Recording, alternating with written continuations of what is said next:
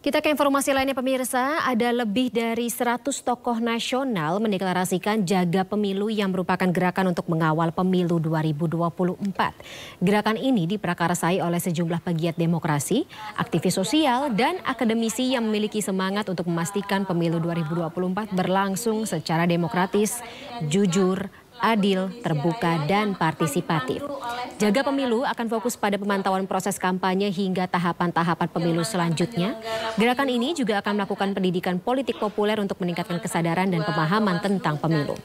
Gerakan ini terbuka bagi seluruh masyarakat yang ingin proses tahapan pemilu berlangsung dengan demokratis, jurdil, dan damai. Ibu Bapak dan teman-teman sekalian, hari ini sebagaimana kita ketahui, dalam prosesnya menjaga negara sebagai negara yang demokratis, harus dipastikan semua. Saya ingin menggariskan garis bawahi dan menegaskan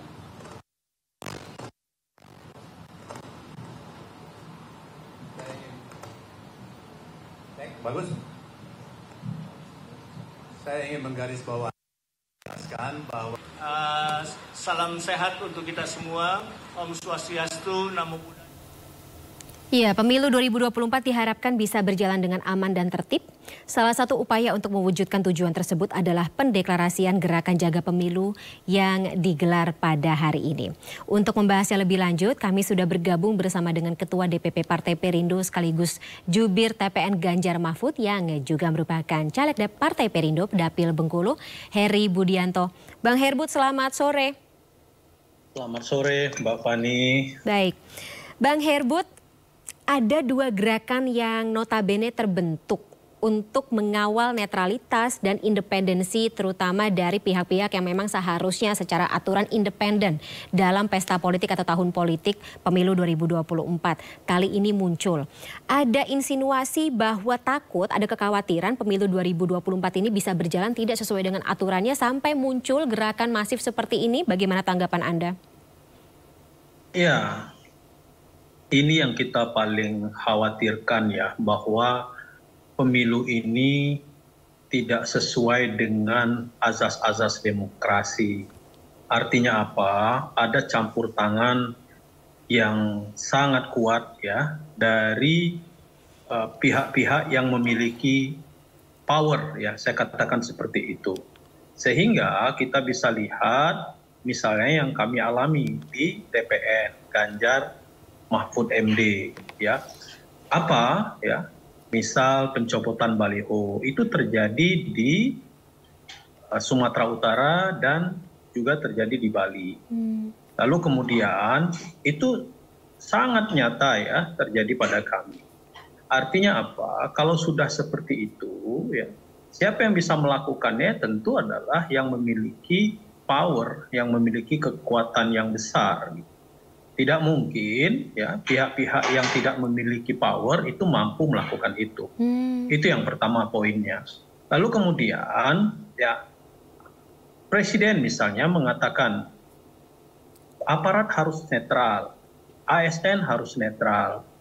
Tapi beberapa indikasi di lapangan justru kita melihat misalnya ya tadi yang disampaikan oleh Sindo TV bahwa aparatur desa ya, tingkat desa, perangkat-perangkat desa ya, mereka hadir di dalam acara yang dihadiri oleh salah satu calon atau kandidat calon wakil presiden dan partai-partai pendukungnya. Kalau ini tidak memiliki muatan politik ya tentu sangat kami ragukan. Tadi disampaikan misalnya ini tidak soal dukung-mendukung, nantilah soal sukung-mendukung. Ini adalah menyerap aspirasi. Tapi ya kita tahu semua kalau yang hadir itu adalah kandidat calon yang akan bertanding atau bertarung di pemilu yang akan datang. Lalu kemudian yang hadir adalah oponen daripada partai-partai pendukung, ya tentunya memiliki muatan politik. Nah pertanyaannya adalah siapa yang mampu menggerakkan aparatur desa itu datang ke acara tersebut? Kan bukanlah hal yang mudah. Tidak mudah, tidak pula murah. Tidak mudah itu artinya apa? orang datang ya, boleh dikatakan datang dari seluruh daerah ya ke Jakarta, kalau tidak dimobilisasi secara rapi tidak mungkin bisa datang. Tidak hanya dimobilisasi, tapi juga perlu biaya yang sangat besar, Mbak Fani. Nah, inilah yang kami katakan, tanpa ada power, tentu semua ini tidak bisa dilakukan. Ya, ya kalau power ya semua gitu ya. Mereka berani datang, padahal mereka aparatur desa, ya tentu itu adalah satu keberanian yang luar biasa. Nah, inilah yang saya katakan bahwa kalau cara-cara seperti ini ya, terus terlaksana, terus mengemuka, ya tentu kita akan sangat khawatir bahwa waktu yang tinggal 80 harian lagi ini nanti akan semakin masif terjadi pemilu-pemilu yang tidak netral. Pemilu-pemilu yang saya katakan lain yang disampaikan, lain yang menjadi kenyataan. Kenapa saya katakan seperti itu? Misal Presiden mengatakan harus netral, tapi pada kenyataannya di lapangan tidak seperti itu. Inilah yang menjadi sorotan kami di TPN. Begitu Mbak Fani. Baik. Nah, Mas Herbut, ketika ada, atau Bang Herbut, ketika ada dua gerakan yang inisiatornya ini ya bisa dibilang jumlahnya kan cukup masif. Tapi ketika kalau kita mengambil tadi pernyataannya Bang Herbut, lawannya tanda kutip adalah pihak yang memiliki kepentingan dan kebetulan kekuasaan atau power yang cukup kuat. Apakah gerakan seperti ini cukup untuk melawan ya ketidakadilan seperti itu atau kecurangan atau dugaan kecurangan yang muncul? Ya, yang kita lebih khawatirkan lagi adalah nanti bagaimana netralitas penyelenggara pemilu sebenarnya Mbak Fani ya. Ya kalau aparatur sampai tingkat desa sudah mulai mendukung, datang jauh-jauh ya dari seluruh daerah, lalu kemudian secara terbuka ya, kemudian nanti akan ada lagi begitu dan lain-lain sebagainya. Nah, kami justru khawatir sekarang penyelenggara pemilu bagaimana gitu. Ya harapan kami penyelenggara pemilu dalam hal ini ya KPU dan jajarannya sampai ke tingkat PPK, sampai ke tingkat TPS ya, PPK, TPS ya, tingkat TPS di seluruh Indonesia harus betul-betul menjalankan tugas gitu. Saya katakan sumpah dan janjinya ya untuk menjalankan pemilu ini secara bersih. Nah, karena terus terang ya penyelenggara pemilu ini juga belum banyak yang menyoroti. Kenapa saya katakan seperti itu ya, kami di TPN berkewajiban gitu untuk terus menggaungkan, ayolah kita pemilu jujur, pemilu bersih, pemilu adil, semua calon ya nomor 1, nomor 2, nomor 3 kan mereka sudah memberikan statement ketika pencabutan nomor urut di KPU yang dimulai oleh Wakil Presiden nomor 01 yang diamini oleh calon presiden nomor 02 dan kemudian juga calon presiden kami Pak Ganjar Pranowo sudah mengatakan komitmennya untuk menjaga proses-proses pemilu ini secara bermartabat, secara bersih. Nah, artinya apa? Kalau kandidat ini sudah menyatakan bahwa mereka sangat setuju menjunjung pemilu jujur dan adil, ya semestinya juga pihak-pihak yang lain juga harus seperti itu. Nah, yang kami khawatirkan poin tadi saya katakan jangan sampai seperti dramaturgi. Di depan bicaranya beda pada front stage, tapi di belakang praktek-prakteknya masih kita temukan. Tadi saya katakan masyarakat bisa berpikir deh secara jernih. Siapa yang mampu mendatangkan perangkat desa itu ke Jakarta, lalu kemudian biayanya tidak murah, kalau bukan ada kekuatan atau power yang besar, sangat berpengaruh. Itu Mbak Pan. Ini juga saat ini menjadi kajian dari Bawaslu sendiri, sedang meneliti apakah memang pelanggaran yang diduga atau dikhawatirkan ini terjadi dalam pertemuan abdesi kemarin. Kita sama-sama tunggu ya Bang Herbut ya. Tapi untuk selanjutnya sih yang juga menggelitik adalah ketika salah satu tujuan, kita balik lagi ke topik jaga pemilu yang dibentuk atau dideklarasikan hari ini Bang Herbut. Ketika yang disebut yang juga penting adalah mengapa jaga pemilu ini dimunculkan supaya untuk mendidik atau melakukan pendidikan politik populer dan pemantauan pemilu seperti di tahun 97 dan juga 99. Yang kita tahu itu adalah era reformasi untuk menghilangkan kediktatoran dan juga ketidakbebasan dalam pemilu yang luber jurdil sebelum era reformasi tersebut. Tanggapan Bang Herbut?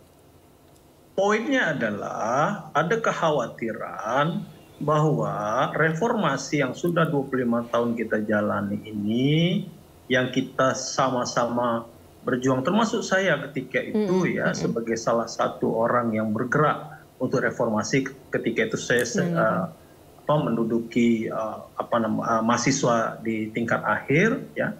Nah, kita lihat setelah 25 tahun kok seperti ini gitu ya. Tidak ada peningkatan, Bang. Ya justru setback gitu. Kenapa kemudian yang dikatakan oleh Mbak Fani tadi gitu, kita harus jaga pemilu ini bersih, bermartabat ya. Karena memang reformasi ini sudah berbelok arah gitu. Mundur ke belakang, apa indikasinya? Ya, saya katakan bahwa keputusan MK itulah pangkal dari segalanya. Bukan hanya saya, Heri Budianto yang bicara. Pakar-pakar hukum bahkan MK-MK yang diketuai oleh Profesor Jimli Asidiki sudah memberikan keputusan bahwa ada pelanggaran berat. Artinya apa? Pelanggaran berat itu memang betul-betul terjadi. Semestinya kan kalau pelanggaran berat, keputusan yang dihasilkan itu kan mestinya tidak bisa dijalankan. Ya, tapi ini kan sangat berbeda ya. Saya katakan ya, semua itu bermula dari situ. Pernyataan Mas Ganjar soal poin 5, angka 5 penegakan hukum itu ya bukan secara umum gitu ya. Ya, karena kemudian oleh pihak lawan kami disebut, wah ini berarti mengkritik wakil presidennya, karena wakil presidennya ada Menko Polhukam. Poinnya bukan di situ, poinnya adalah ketika keputusan MK itu terjadi, disitulah runtuh semua apa yang sudah dijalankan. Gitu. Ketidakpercayaan publik bukan pada Prof. Mahfud sebagai Menko Polhukam, ya, tapi kepada situasi terkini yaitu keputusan MK. Nomor 90 itu yang kemudian poin. Kemudian ya namanya calon presiden Mas Ganjar mendakan itu loh, kemudian itu kan diplesetkan lalu kemudian digoreng oleh kelompok-kelompok sebelah dan seterusnya seolah-olah itu mengkritik, dan kemudian kan Prof. Mahfud memberikan tanggapan. Kenapa saya perlu mengatakan seperti itu, Mbak Pan? Karena memang situasi sekarang kita lihat ya, sensitif. Pangkalnya itu semua adalah di keputusan MK. Tanpa kemarin ada pelanggaran berat di MK, lalu kemudian mengharuskan MK mengambil keputusan, lalu kemudian Anwar Usman juga mendapatkan hukuman, ya, sanksi dari itu semua. Nah, kita tahu. Nah, makanya kecurigaan itu kan muncul. Kalau MK saja yang sangat kredibel, yang sangat dijaga marwahnya saja bisa diintervensi, ya bagaimana dengan yang lainnya? Itu yang kemudian kami konsen di situ. Sehingga kita sangat perlu mengawal pemilu ini dengan bersih. Kita sudah mencium adanya indikasi bahwa demokrasi kita ini mundur ke belakang, bukannya maju. Justru kita tidak ingin kemudian kontestasi yang akan dilaksanakan kurang lebih sekitar 80 harian gitu ya, karena tanggal 28 nanti itu akan mulai kampanye 75 hari sampai tanggal 10 Februari. Baik. Saya kira itu Mbak Fan ya, terima kasih ya. Iya, baik Bang Herbut, terima kasih sebelumnya atas waktunya. Bang Herbut selaku Ketua DPP Partai Perindo sekaligus Jubir TPN Ganjar Mahfud. Sehat selalu ya Bang Herbut, kita ketemu lagi lain kesempatan. Selamat sore. Sore.